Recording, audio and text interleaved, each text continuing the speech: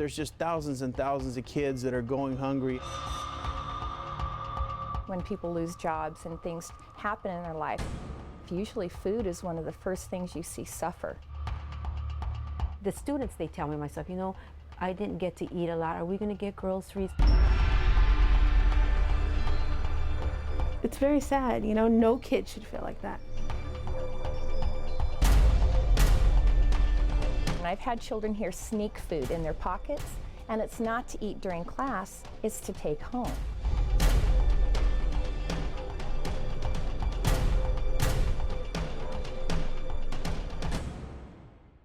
Very clearly, the recession has very much impacted the valley, and we sought to do something that would help to address really the nutritional challenges that two major groups, I think in particular, face, seniors and children, and we decided to focus on elementary school kids, largely because I think they really represent our future.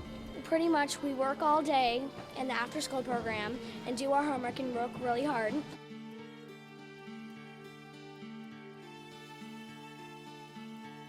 They help me with a lot of things like reading, math. Like, we work hard each week, and on Friday, which is another week, we get like a prize.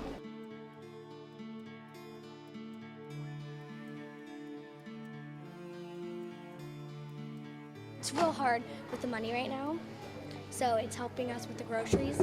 Food for Thought was started over 15 years ago in San Joaquin County, and since then we've branched out into Stanislaus County about 3 years ago. And basically we're up to 3,800 kids. One of the things that we like about this program is that it teaches young people, I think, a very positive life message at an early age.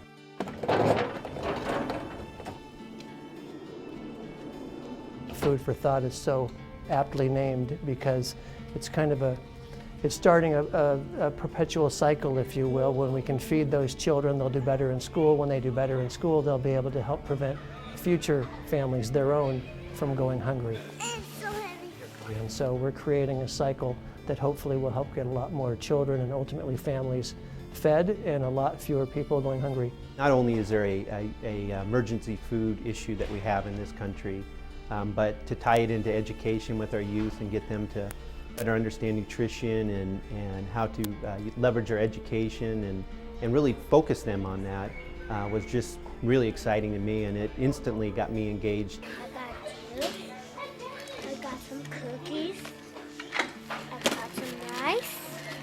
There's something taking place more than just giving money here. There's seeing the growth in these kids. We're seeing this money go to use where it's not just about handing people food.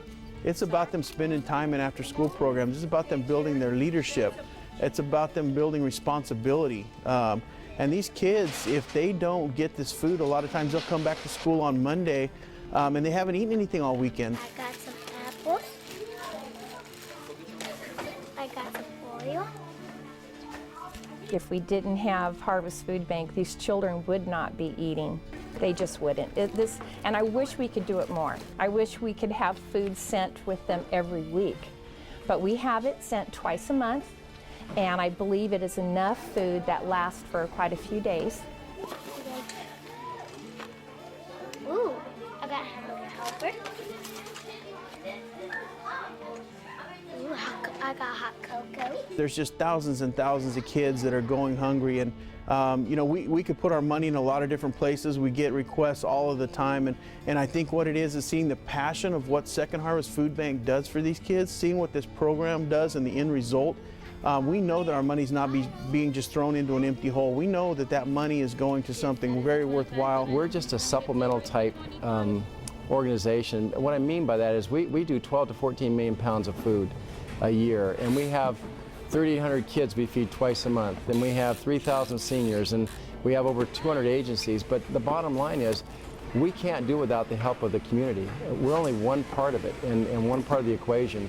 And in our corporations and in our board, I mean, all of it comes together. And if we collaborate together and build relationships, we're not going to miss. We're going to hit a home run every time. If you think about this, when you are investing in the welfare of a child, you're investing in the future of your own business.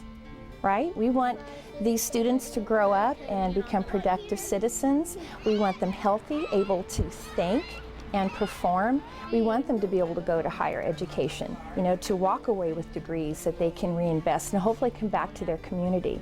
So to me, it's preventative. If we can get businesses to come in and continue funding these programs, then we are helping our society as a whole. We will reap the rewards economically and also socially.